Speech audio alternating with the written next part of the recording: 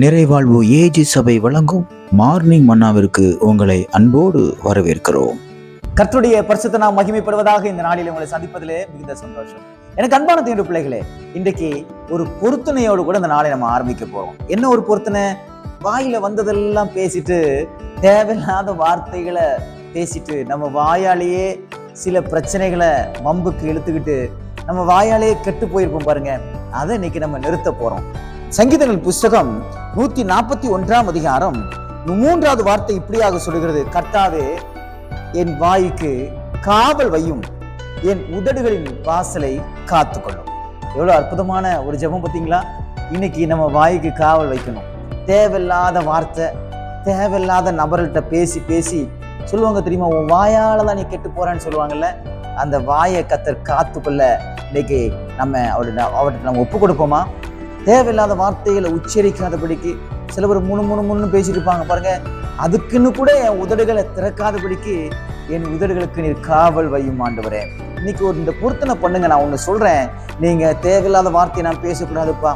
நான் பேசுகிற வார்த்தை யாரையும் கஷ்டப்படுத்தக்கூடாது. நான் பேசுகிற வார்த்தையினால யாரும் உடைஞ்சு போகக்கூடாது. நான் பேசுகிற வார்த்தையினால யாருடைய சமாதானமும் கெட்டு போகக்கூடாது. ஆகையால் என் வாய்க்கு காவல் வையும். நான் பேசுகிற வார்த்தையில ஒருத்தர் பக்தி விருத்தி அடையணுமே தவிர என்னால யாரும் இயேசு கிறிஸ்துவை விட்டு பின்வாங்கி போயிடக்கூடாது. என்னால யாரும் எந்த பாவத்தையும் செய்யக்கூடாது. நான் பேசுறதுனால, நான் சொன்னதுனால சில தவறுகள் நடக்கக்கூடாது. ஆகையால் என் வாய்க்கு காவல் வையும். நம்ம தேவையில்லாத வார்த்தைகளை பேசி பேசி நம்ம சிக்கிக்குவோம் பாருங்க. தாவீது கிட்ட 2 பேரு செய்தியை கொண்டு வராங்க. ஒருத்தன் நல்ல செய்தியை கொண்டு வருவேன், ஒருத்தன் கெட்ட செய்தியை கொண்டு வருவேன். அங்க சவுல் செத்து போயிட்டாரு. அவர் செத்து போன செய்திய கெட்ட செய்தியை கொண்டு போகணும். ஆனா அவன் நல்ல செய்தியை கொண்டு வரேன்னு சொல்றான். இல்ல நான் போறேன், முதல்ல ராஜாவுக்கு நான் போறேன், நான் தான் போகணும், இது ராஜாவுக்கு நல்ல செய்தி அப்படின்னு நினைச்சிட்டு கெட்ட செய்தியை சொல்ல வேண்டிய இடத்துல இவன் நல்ல செய்திக்காரன் வந்தோடனே தாவீது பாக்குறாரு, இவன் நல்ல செய்தி கொண்டு வரான், இவன் நல்ல செய்தி கொண்டு வர்றவன் சொல்லி பக்கத்துல வந்தோடனே கேட்கிறான், என்ன செய்தின்னு.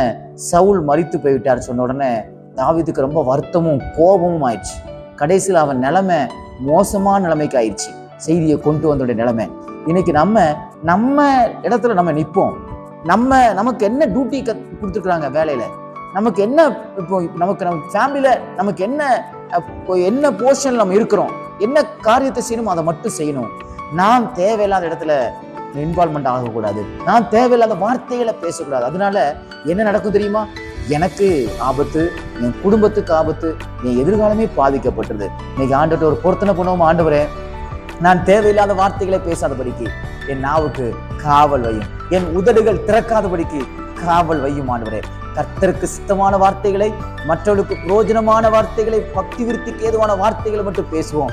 நம்ம மூலமா, நம்ம வார்த்தையின் மூலமா அநேகர் வாழணும், சந்தோஷப்படணும், மகிழ்ச்சியா இருக்கணும். இந்த நாள் உங்கள் வாயின் வார்த்தையினாலே அநேகரை சந்தோஷப்படுத்துகிற நாளாக தேவன் மாற்றி கொடுப்பாராக. God bless you.